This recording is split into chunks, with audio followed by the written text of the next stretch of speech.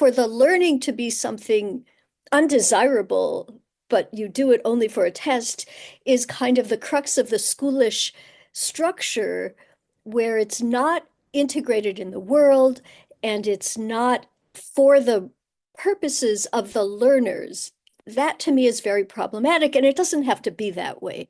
But that relationship where you cut people off from the world, you impose a curriculum on them, you test them in ways that aren't realistic, you then apply an assessment and you scare people, you make them stressed and you make them terrified. That's not good, and it doesn't have to be that way.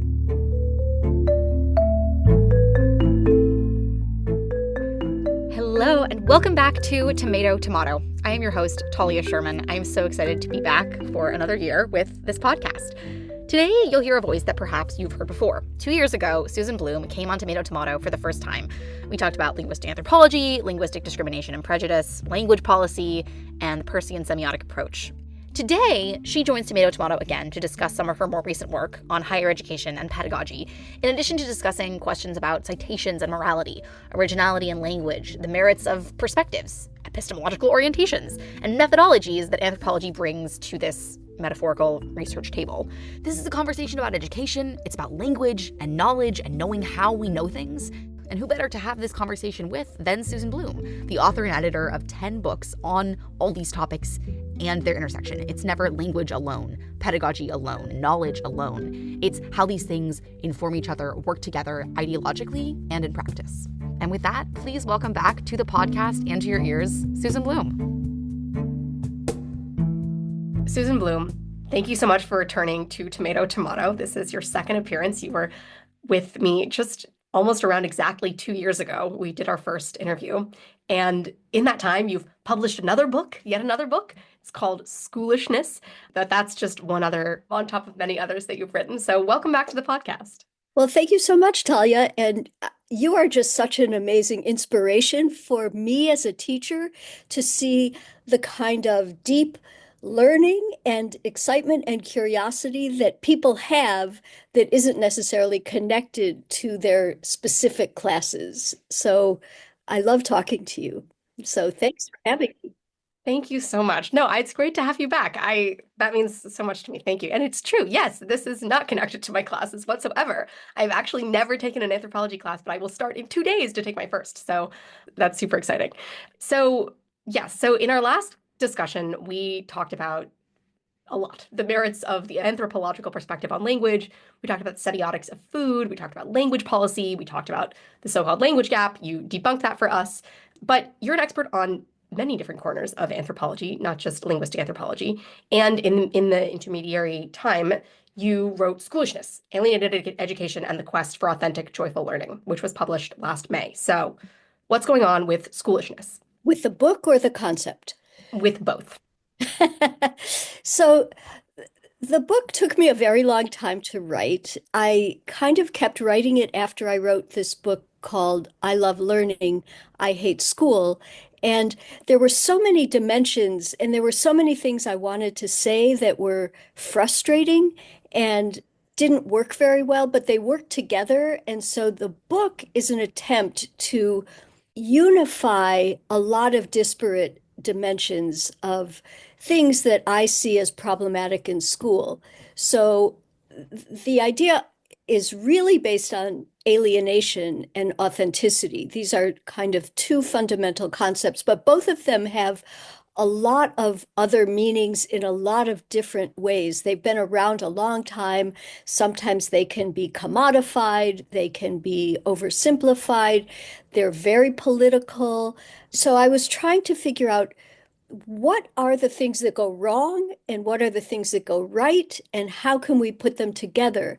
And for me, anthropology provides methods and concepts that help organize all of it. So methods in the sense of actually observing what's happening, not just thinking through received categories, but actually seeing how do things play out in the actual world. in the classroom, but also beyond the classroom. How do conversations in politics affect things in the classroom? And also concepts of the person, the concepts of learning. We know that humans are incredible learners. That's our superpower. Linguistic anthropologists have been showing that for decades and decades, that all children of normal intelligence and without disabilities learn language effortlessly from the people around them, no matter how much their parents think they're teaching them. So, this is an example of the kind of learning that happens because people need it, because they're capable of it. And it may be that language is different from other possibilities and other domains. Linguists especially argue that there's a kind of dedicated linguistic module in the brain, which has not exactly been borne out by cognitive science and neuroscience, but the when you watch people learning language and you watch them learn to walk and you watch them learn how to create podcasts and you watch them learn how to bake bread, which I have done, you see that people are learning all the time and they're learning well and they're learning using all the affordances of the world around them, usually in interaction.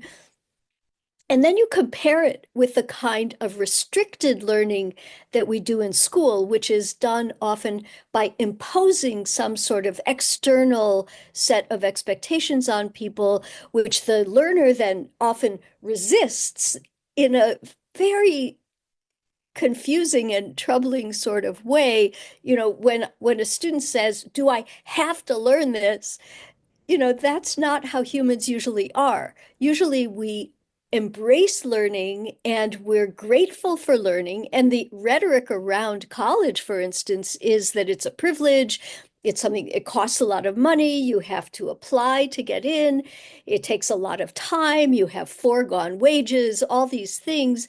And for the learning to be something undesirable, but you do it only for a test, is kind of the crux of the schoolish structure, where it's not integrated in the world and it's not for the purposes of the learners. And that to me is very problematic. And it doesn't have to be that way.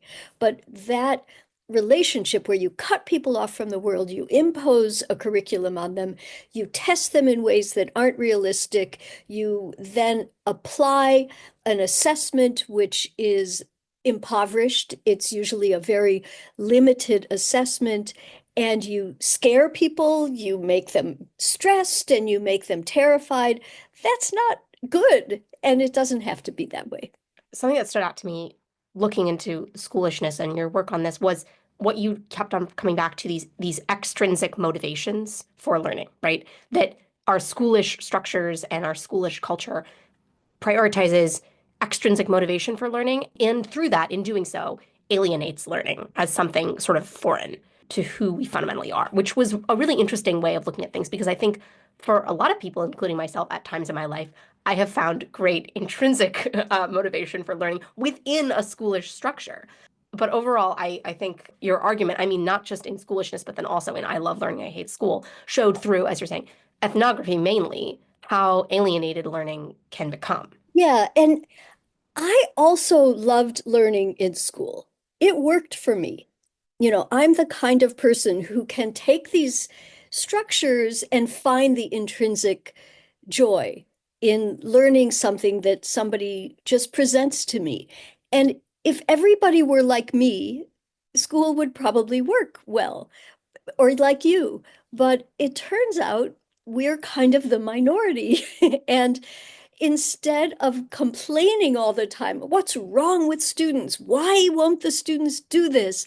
It's better to actually see the evidence and to see that, in fact, it's not working for most people.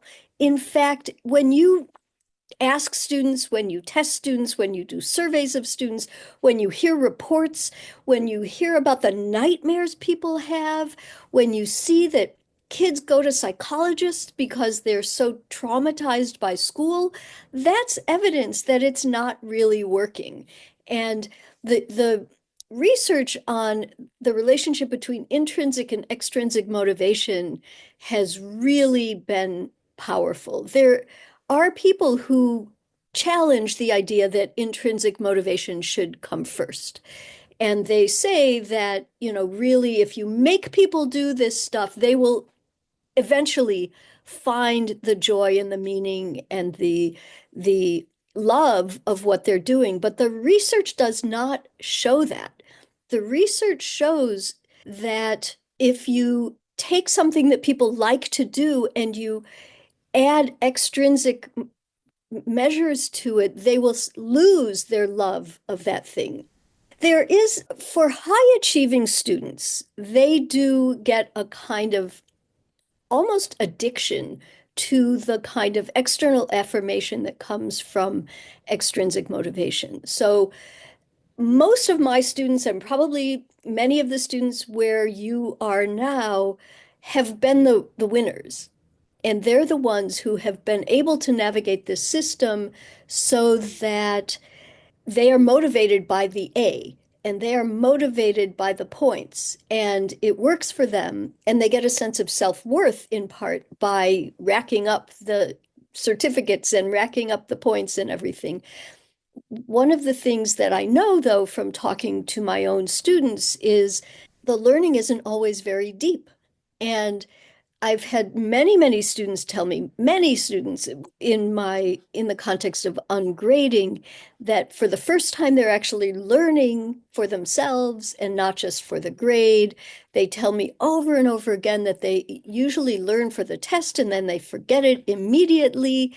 And they cut corners. That's where plagiarism and cheating are relevant because they're not learning for themselves. They're learning for this extrinsic motivation.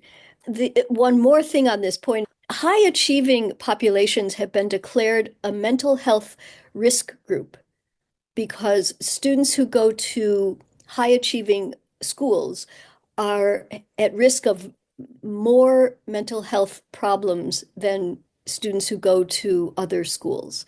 So they're at risk for depression, anxiety, suicidality, all kinds of other disorders because there is so much focus on success, achievement, and extrinsic motivation. So you mentioned how this culture and system kind of engenders a bit of plagiarism and cheating. And you've written a lot on this. So you wrote a book called My Word, Plagiarism and College Culture. And then you've also written several articles about citations. So one called In Defense of the Morality of the Citation, and then another called Academic Integrity and Student Plagiarism, a Question of Education, Not Ethics.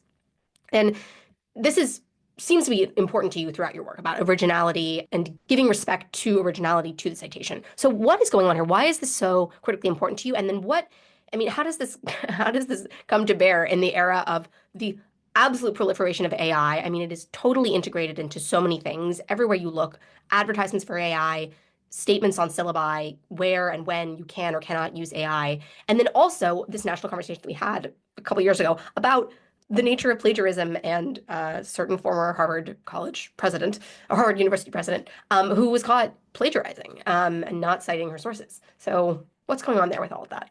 Okay, so this is actually how I began studying education in the first place. And it comes from my background in linguistic anthropology, because when we're talking about whose words are they, how do we create the words we're saying? And it's complicated. We are never fully original. If we were fully original, we would be speaking nonsense with ungrammatical sentences. So we are constantly producing sentences that have probably been uttered before, but not necessarily. And that's where AI is kind of interesting because it's basically predicting what should come next, given what others have also said. But in the book, My Word, I had three different explanations of the problem of plagiarism. One has to do with the idea of originality, which is never absolute. One has to do with the idea of authorship. One has to do with learning, and then one has to do with cheating. So one one thing that's very clear is that many teachers who are teaching rules of citation don't really understand them themselves, and they don't know why we have them or what to do about them, but they know they're supposed to impose these kinds of things. So, in that sense, in the case of students, it's often the case that they don't know how to cite very well. So that's something we have to teach better. So that's about learning. The second thing is about this idea of owning your words and being original. And that's an idea that came, at least in part, and I don't want to oversimplify, but from the Romantic era in Europe, where there was this idea that to be an authentic self was to utter things in a way that no one else has ever uttered. So we have romantic music and we have romantic poetry and we have all of this. And we are the inheritors of that idea, and it has to do with notions of the self also. So an authentic self utters original things, and in order for us to honor other people's original selves, we also have to give credit to them. And so that's where the morality comes in, which is not usually what's happening in school. In school, it's much more about rules than about a kind of moral honoring. And then the third problem with plagiarism in school has to do with the goals. And if the goal is just to get a grade or to turn something in or to produce a product that is demanded of you, then shortcuts work great. And so that's where plagiarism, not just sloppy forgetting of quotation marks or forgetting to put the page number or something, but plagiarism in the sense that you are finding something that somebody else has done and presenting it knowingly as your own. And AI is is a kind of cheating, but it's usually not literally plagiarism because the definition of plagiarism is using someone else's words or ideas as your own without attribution. And so a lot of faculty are trying to figure out what exactly they want to demand of their students, and what they're usually not thinking about is why. Why do we want students to produce something anyway? And even before AI took over everybody's imagination, there was a sense that we were asking for a lot of really boring work that the students didn't want to write and the faculty didn't want to read. And it was the same old mundane thing, talk about the Gettysburg Address or, talk about tragedy in Aristotle. And those are easily found in essay mills, or you can use contract grading and get somebody else to do it for you.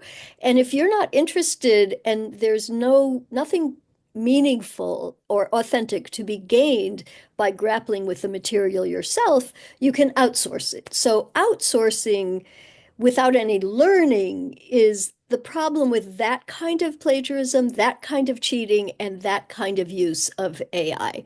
So, we're going to get to a point where if the entire goal is producing work that looks like an essay for a grade, we're going to have teachers outsourcing the prompts, students outsourcing the work, and then the teachers are going to outsource the grading.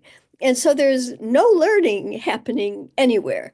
And that's in some ways a logical conclusion of this whole schoolish problem. I really appreciate that question of what's the value anyway of doing this work if it's so kind of mundane and rote and it's kind of busy work. I think the interesting thing that's happening now in my syllabi, what I'm finding is that AI is allowed to be used more as labor versus like intellect, or like, sort of like, oh, use it as a research tool, use it to gather the thoughts or write the outline or get things together. Don't use it to literally write your paper.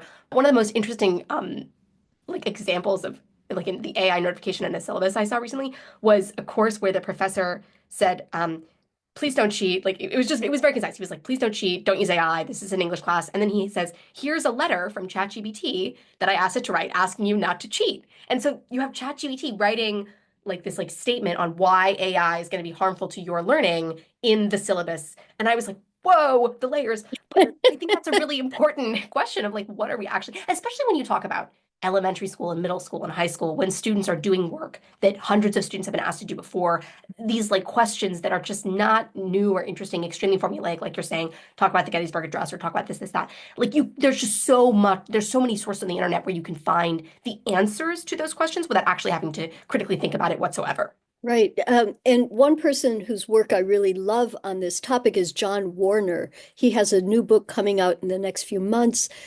about AI. He really emphasizes the fact that writing is thinking, and if we're going to learn, we have to go through the process of writing. The goal of writing in school is should not be, though it often is, to produce a product that's like a facsimile of an essay that somebody would write.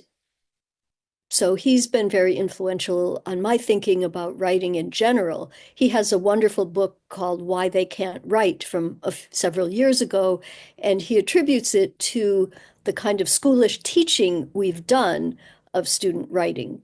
And so ChatGPT and AI is basically the same problem as before, but a lot easier to access. Now, Google also, like almost all the other search engines and all of our tools, is automatically importing AI into its search. So you can opt out with difficulty, but it's hard. I wanted to come back to this paper that we discussed last time you were on, but just remains one of my favorites. It's called Unseen Weird Assumptions, and weird is all caps for the acronym Western, Educated, Industrialized, Rich, Democratic. I did have to write that down. So Unseen Weird Assumptions, the so-called language gap, discourse, and ideologies of language, childhood, and learning. And in it, beyond talking about the fallacious nature of the language gap in general, and not only that, but the insidious nature of it, you talk about how a lot of times the methods that we're using and the way that we like draw conclusions about humanity are fraught or just wrong, right? We find one conclusion about this particular culture, this particular population of people, and then we say, okay, this generalizes to the entire human race forever and all time. And this is especially pertinent now to me when there's this like reinvigorated discussion of academic fraud and unreproducibility of experiments in psychology in particular. It's like gotten a lot of attention in the past few months, and I've been super interested about that because one can see the difference between certain psychology papers and other psychology papers and papers in other disciplines where it really does seem like this really is some kind of ontological fact about reality versus like, okay, cool, you found this like one effect very narrowly in this one experiment done with all these different kinds of, all the literature we have on like the Sapir-Whorf hypothesis. A lot of that, the study is done and then it's like statistically significant effect. Well, because of the lab conditions or because of like actual language and our cognitive capacity for it, I think is an interesting question to dig into. And so how can we draw conclusions about humanity and how can we improve our metrics?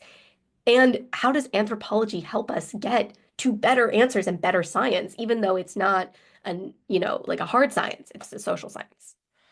Yeah, well, just one aside, I am very fond of linguistic relativity, and I do think that language does affect the way we think, but how we test it is complicated. And John Lucy and Stephen Levinson and many others have been working tirelessly for 4 decades to try to demonstrate in ways that will persuade skeptics about the Whorfian effects. But Well, can we yeah, dig into that? Because I do want to ask, I mean, what specific Whorfian effects are you? Because like I'm pretty skeptical of the I Whorf see that. hypothesis. Yeah, yeah. It seems to affect perception and speed of categorization, and it affects even things like ability to distinguish odor. And there are languages that have a more robust vocabulary for smells. The people in those societies are better at differentiating smells than people like us who have an impoverished set of vocabulary items.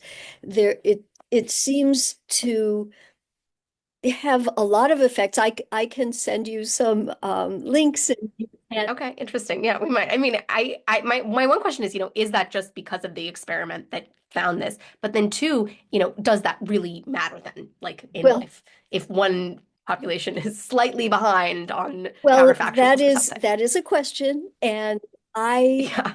actually believe it matters, and I believe the experimental effects in labs are done in order to demonstrate to skeptics that there are these measurable and significant effects, but they probably play out much more broadly in ways that are a little bit harder to record in everyday life. But I will send you some things and you can pursue it in another No, no, podcast. please, I'm not please. an Yeah. expert at this, though I teach it every year.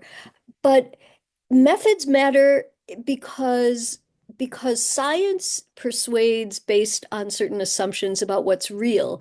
And in our society, measurable lab effects are what are usually considered evidence rather than, let's say, qualitative reports from the field. So I see this all the time in studies of efficacy of particular pedagogical practices. So, for instance, is it more effective to have a lecture or active learning? And there are ways to measure these things depending on what you decide you want to know. So there are meta studies, meta analyses of, let's say, active learning versus learning by lecture. And they have shown persuasively that even taking the same exams, which probably isn't appropriate because if you're doing active learning in the classroom, probably your goal is not the same kind of exam as in a lecture-based course. But even if you take the exam and hold that constant, students learn better. They get better grades when they've had active learning classes than by lectures. But if you ask them, the students will often report that they perceive their learning as better in a lecture because in my vocabulary, lectures are schoolish and they're used to them. And that to them looks like real teaching if somebody tells you something as opposed to if you have to discover it yourself. But what is it that you're trying to measure? So it depends on what you're trying to accomplish. So if you want students to know a fact, it might be more efficient to have that tested by a test after you tell them the fact.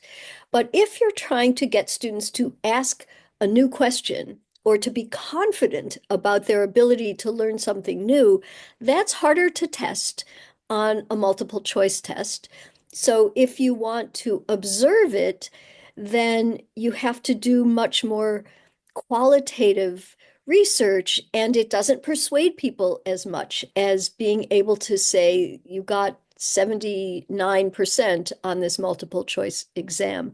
But the weird research is mostly, and this idea comes from Heinrich and other collaborators about 2010, paper called The Weirdest People in the World.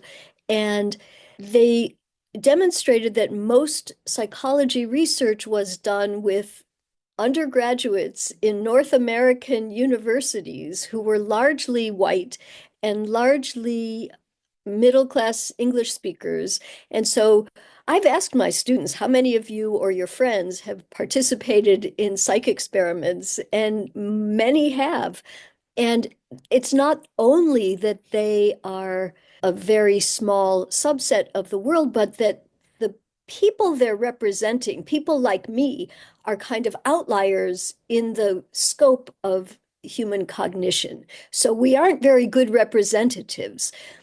I think what anthropology does is it goes other places and it reports back from the field and it says, you think that there's this optical illusion when you have a line and you have arrows pointing this way, and people think the lines are different lengths because of the ways the arrows are pointing.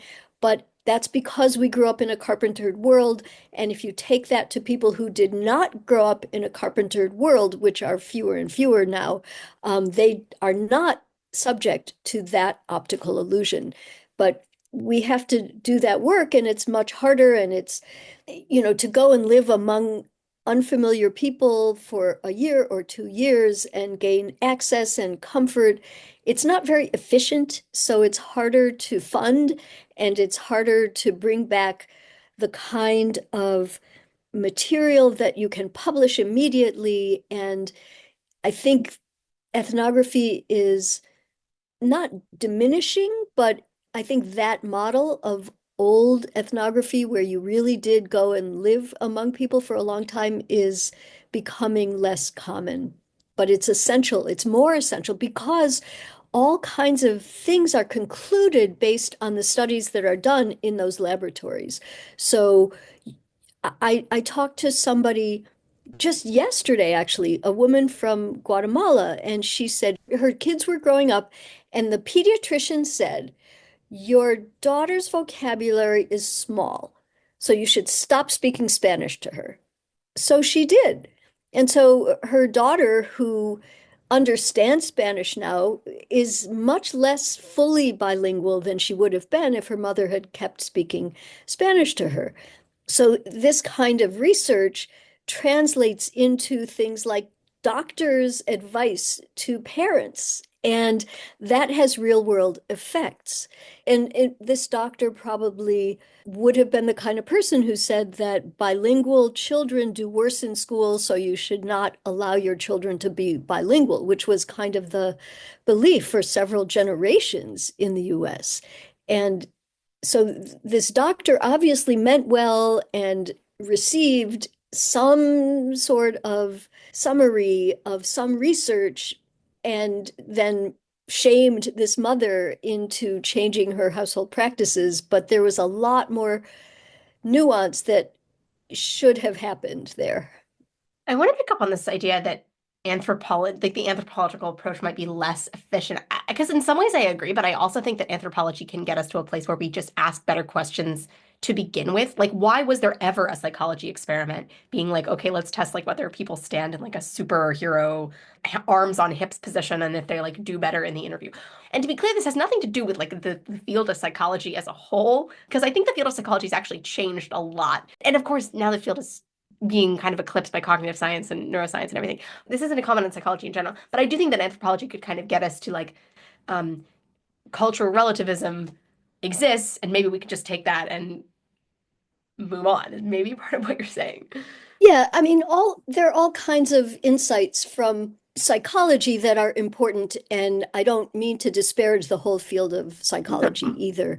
But things like William Labov, who died just last month at the age of 97, showed us that methods really matter. So there was this whole idea that poor Black kids were intellectually impoverished and linguistically impoverished. And how did that conclusion happen? It's because some scary white researcher from a university would come and ask a kid, tell me about astronauts. And the kid wouldn't answer. And so the conclusion was they don't know how to talk very well. So Labov, as is well known, changed the methods up. He had graduate students who themselves were Black. They sat on the floor. They issued the first swear word. They had pizza, and the kids were comfortable. And then there was no shortage of linguistic material. And so, of course, Labov then went on to defend, the logic of non-standard English for decades after that because he could get rich material using methods that were more appropriate. And Charles Briggs, a linguistic anthropologist, in his book, Learning How to Ask, did field work among Native groups in the southwest of the US, and it was not appropriate for a 20-year-old to ask questions of his elders, even though that was the method that he had taken with him from his classes. And so he had to wait, he had to be taught, he had to observe. Asking directly in an interview is a particular kind of speech act, which presupposes certain kinds of roles and relationships and power and entitlement and stuff like that. So the methods really, really matter. And if we take our methods, which are honed in North American settings, and then we export them around the world, we're going to have flawed results. But if we modify the methods, we're not going to have comparable results. So behavioral economics, for instance, has been a field that has taken experiments that are done in US settings and tried to replicate them elsewhere to see, like, do people share? Are they generous? What are their risk-taking tolerances and stuff? But maybe sociality matters more than gain, or maybe this thing that they're asking them to value or share isn't actually valued or shared. And so those things really matter. But the more you modify it to be culturally appropriate, the less precisely comparable are the methods. So that's complicated as well. I wanted to ask about something that I was thinking about a lot, or that I have been thinking about just a lot lately, is how literally wrong a lot of the education that I received growing up was, or just how much I'd ignored, particularly about language. This is something that you have talked about before, but you talked about how, students come in to school and they're told all these rules about language that they quote unquote didn't know, but no one ever tells you that you're messing up your mass and count nouns, because you're not. And no one ever tells you you're putting your negative polarity items in, the like non-downward entailing context, because you can't put them in non-downward entailing context. That's how English works, and no one violates that. No one told me that English had a nominative accusative split and that I was messing it up, because how can I? Because you can't. And yet I was told, it's his standing up, not him standing up, and ways to use prepositions and not, and end sentences and start things and refer to people. And I just don't understand. Can you help a little? I mean, like, what? Why? The more I study language, the more I do linguistics, the more I'm like, there is so much going on in English that clearly no one knew when they were telling me how to write and speak correctly, or telling others how to write and speak correctly. It's mostly writing that we're critiquing. So this has to do with language Yeah. ideologies and the ideas of standardization and proper English and academic language, which people are writing about quite a lot now, and the idea that there are certain usages that index social class and they index propriety. And so the role of school is to teach everybody these so-called standardized forms. And so there are certain forms that are stigmatized as well. And the reason they're stigmatized is that they're associated with certain groups that are also stigmatized. But most people who are imposing these language ideological usages aren't very well informed about how language actually works, because it's, as you say, it's super complicated. It's just like when people say their parents taught them English, their parents did not teach them the difference between nominative and accusative, and they did not talk about all these other things, scope, negative scope, and, because most professors have no idea at all how any of that works. But what they are doing is they are calling attention to certain salient dimensions of language that are Yeah. either valorized or stigmatized. And there are a lot of people who are advocating a more capacious acceptance of different kinds of writing. One person I would recommend is Asao Inoue, who has written about labor-based contract grading as a way of allowing for varieties of writing that are not what he calls white supremacist language. I think in a sense there's more work to be done to valorize all varieties of language in every context, but there's also work to actually deconstruct like what it is, because a noun is not a person, place, or thing. So like, why are we still talking about that? Like, I think that there's so much to be done to actually get it, like really the wonders of language and how writing can display that has nothing to do with these prescriptive rules that are just completely false. Oh, for sure. And I read a lot of stuff every now and then. It comes up again about how children don't know grammar. They can't diagram sentences. And they're not talking about Right. transformational grammar diagramming. They're talking about this other thing that probably 2 generations ago they did, where you draw a line under, I don't know, predicate Right.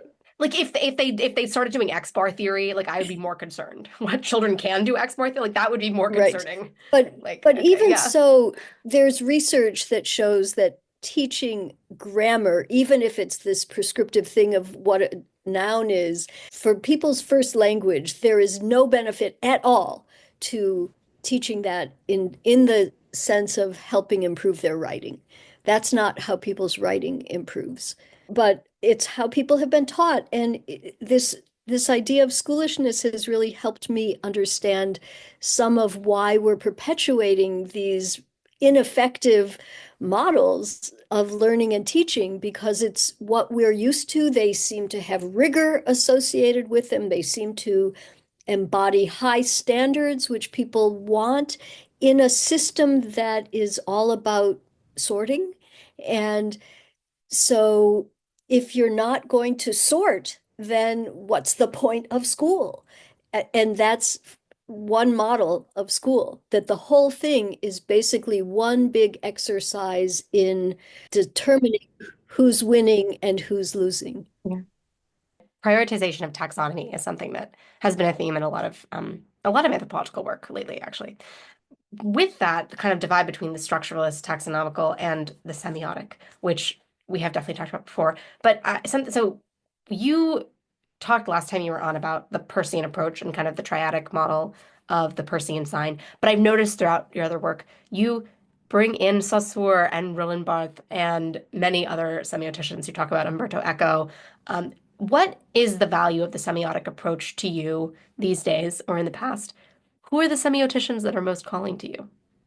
I think I'm probably most influenced by people like Silverstein and people who are thinking about pragmatics, Yeah. because it's never only about the semantics. It's not only about like what something means in isolation, but it's always about what something means to someone in a context and then what its effects are. And so probably I would say Silverstein, and then of all of his students, and they're numerous. Yeah, so Susan Blum, my last question for you today is what are the real merits of anthropology? This podcast often, showcases the voices of linguists or cognitive scientists, sometimes computer scientists, sometimes anthropologists. So what is your anthropological approach? What's the merit of it? What's going on there? And what do we gain from moving beyond this structuralist ethno-ontological view of language and school, moving beyond kind of questioning the origins of these questions? I think for me, the thing I have loved and continue to love about anthropology, even while I question other things about perhaps academia, is that it's holistic in the sense that it takes humans as embodied social beings who have moral goals as well as cognitive goals, and none of them can be eliminated if we really want to understand what's happening. So we are not just brains, we are not just individual units learning material that is sort of isolated from the world, but everything has affect and everything has sociality. Even if you isolate people, that's a question of sociality in the sense that you're denying this fundamental thing. Why should we not let people consult materials when they're taking a test? We consult materials all the time. We are always asking people for help. Why should it be the case that when we are determining if somebody can solve a problem, we have artificially constrained what they're allowed to use to answer that problem? It seems to me that the real measure is, can you solve the problem? Not, if we put you alone in a room and we turn off the internet, can you solve the problem? Because few of us will ever have to do that ever again.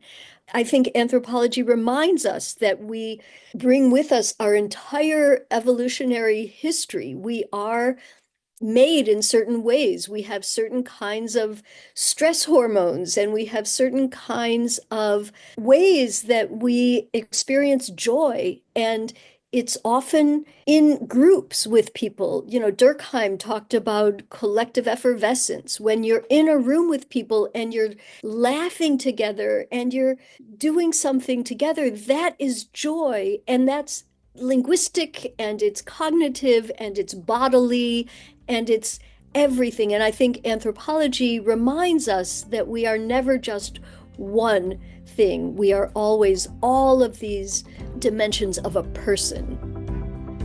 Thank you so much for being here again. This has just been such a joy. Thank you for inviting me. It was so fun to talk to you again. And I'm so honored that you wanted me back. Thank you so much for listening to Tomato Tomato. I've been your host, Talia Sherman. That was Susan Blum, a professor of anthropology at Notre Dame. I want to extend my most heartfelt gratitude and appreciation for her scholarship, her work, her willingness to come on this podcast not once but twice to share all that she's doing for the world.